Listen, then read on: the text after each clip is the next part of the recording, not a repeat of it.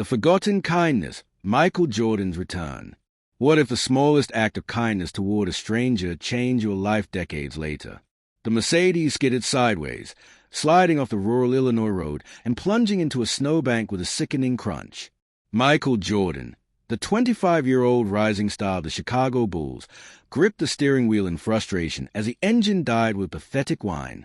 The February 1989 blizzard had turned from light flurries to a howling whiteout in minutes. "Should have stayed at the hotel," Michael muttered. But Coach Phil Jackson didn't accept excuses, not even from his star player. The car phone showed no signal. In 1989, cell service in rural areas was spotty at best, especially during storms. Zipping his leather jacket, stylish but woefully inadequate for a winter hike, Michael stepped into the swirling snow. Squinting through the stinging flakes, he spotted a faint glow through the trees. Trudging through snow that soaked his expensive sneakers, Michael made his way toward the only hope of shelter for miles. The Williams family was settling in for a quiet evening when the knock came. Joe Williams, a factory foreman in his 40s, opened the door to find a tall, shivering young man on his doorstep. "My car slid off the road," Michael explained through chattering teeth. "Could I use your phone to call for help?" Recognition dawned in Joe's eyes. Aren't you Michael Jordan?" Inside the modest two-story home, warmth from the crackling fireplace enveloped Michael. Martha Williams emerged from the kitchen, wiping her hands on an apron, her eyes widening at their unexpected guest. "Our phone's out because of the storm," Joe explained, "but you're welcome to wait it out here." "Take off those wet shoes before you catch your death," Martha instructed, her maternal instinct kicking in despite the celebrity in her living room. 3 curious children appeared, Jason, Emily, and 6-year-old Dion, who stared at Michael with unabashed wonder. "I'm Emily," the 9-year-old girl offered. "Do you want some hot chocolate? Mom makes the best." That night, the Williams family did something remarkable. They treated Michael Jordan not as a basketball phenomenon, but simply as a person who needed help. They shared their modest dinner of beef stew and fresh bread. They talked about their lives, not basketball statistics. No autographs were requested, no fawning attention given. As Michael settled onto their couch for the night with borrowed blankets, Martha's words stayed with him. "We're just doing what anyone would do." But Michael knew that wasn't true. Not everyone would welcome a stranger into their home during a storm, famous or not, and fewer still would make them feel so genuinely at home. The next morning, Michael awoke to find 6-year-old Dion inches from his face. "Are you really Michael Jordan?" the boy whispered. "Last time I checked." Michael smiled. "Can you really fly?" "Not exactly fly, just jump pretty high." After a breakfast of Martha's blueberry pancakes, "The best I've ever had," Michael declared sincerely, Joe drove him back to his stranded Mercedes and helped flag down a tow truck. Before leaving, Michael insisted on giving the family tickets to the following week's Bulls game against the Pistons. "These are courtside," he explained. "I'd like your family to be my guests." The children erupted in excitement, but Joe looked hesitant until Michael insisted. Game night came, but the Williams family never appeared. The courtside seats remained empty as Michael scored 43 points against the Pistons.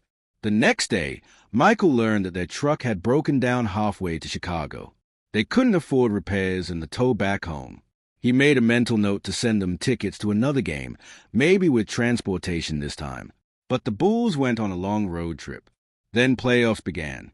Michael's life became a whirlwind of games, practices, and commercial shoots. His star rose rapidly, bringing championships and global fame. He didn't forget the Williams family exactly. Their kindness had touched him deeply. But as months turned into years, the memory of that snowy night became just that, a memory, one of many in his extraordinary life. Neither knew that their paths would cross again or that a simple act of kindness during a snowstorm would someday come full circle in ways none of them could have imagined. 36 years later, at the Charlotte Hornets headquarters, 60-year-old Michael Jordan leaned back in his leather chair, reviewing reports. His assistant Kendra brought in his personal mail, bills, a charity invitation, and a small-town newspaper, the Millbrook Gazette. Michael frowned, wondering why that name sounded familiar. A yellow sticky note read, "Thought you should see this. A mutual friend." His eyes caught a headline at the bottom of the page. local family who once sheltered sports legend now facing eviction. Memory from that snowy night in 1989 flooded back. The article explained that Martha Williams, now 79 and recovering from a stroke, was facing foreclosure on their family home of 45 years. Her son Dion had moved back to care for her after Joe's death 5 years earlier. Medical bills had overwhelmed them. The article noted, "They're the kind of folks who would give you their last dollar if you needed it. They never talk about it, but everyone knows they once sheltered basketball legend Michael Jordan during a terrible blizzard in the 80s. They didn't make a fuss about it then, and they never used that connection to help themselves, even now." Michael set down the paper, a mix of emotions washing over him. Guilt, regret. How had he let this family slip from his mind so completely? He picked up his phone. "Kendra, cancel my meeting for the next 2 days. All of them. And have the jet prepared. I need to go to Illinois tonight." When Michael arrived at the Williams house, Emily, now in her mid-40s, answered the door. Her eyes widened in recognition. "Oh, my God," she whispered. "Michael Jordan." From her wheelchair by the window, Martha's face lit up. "Well, look who the wind blew in. Took another storm to bring you back to us." Just like that, Michael felt the same warmth he had felt 36 years ago, the warmth of being treated not as a legend but simply as a person welcome in their home. Then Dion arrived, now a tall man in his early 40s. His reaction was a complex mixture of disbelief and weariness.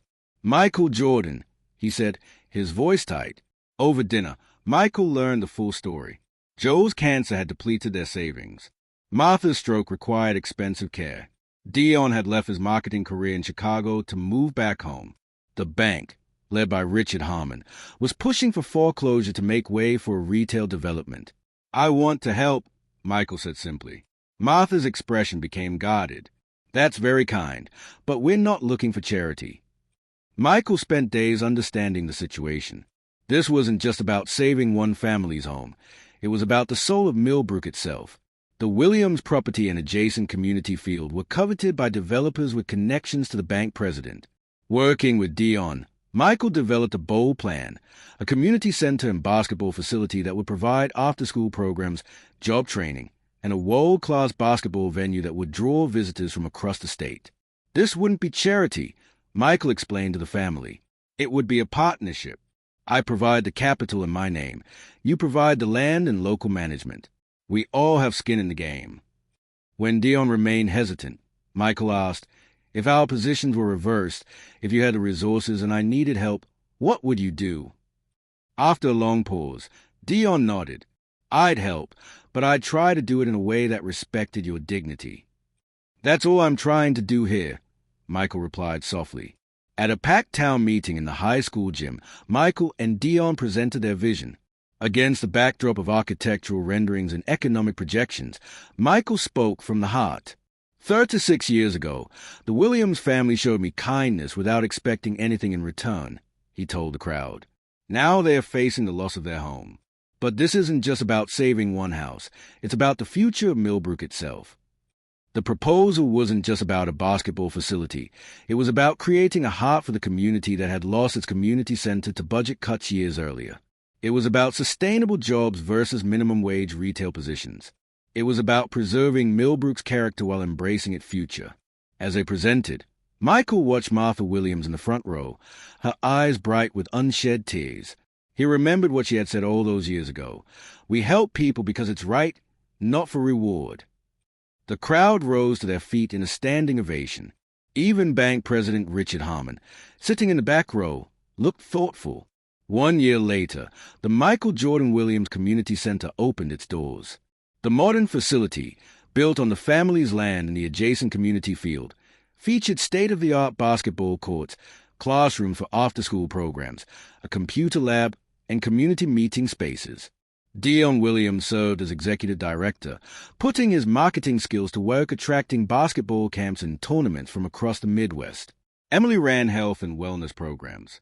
Even Jason contributed, driving down from Minnesota to coach weekend clinics. Martha Williams, her health improving, presided over it all from her special seat near the main entrance, greeting everyone who came through the doors.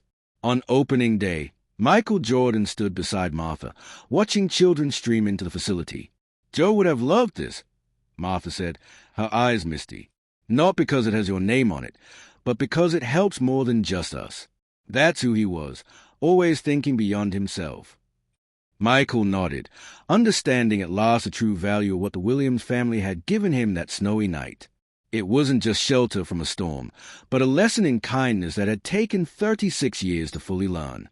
"Martha," he said quietly, "those pancakes you made me that morning were the best I'd ever had. Think you could share that recipe someday?" She laughed, patting his hand. "Some things are worth waiting for, aren't they?" Indeed they were. Sometimes the smallest act of kindness creates ripples that travel further than we could ever imagine. This story reminds us that what goes around truly does come around, though sometimes it takes decades for the circle to complete. For more inspiring stories of unexpected connections and life-changing moments, follow Fame Finder, where we uncover the remarkable human stories behind the headlines.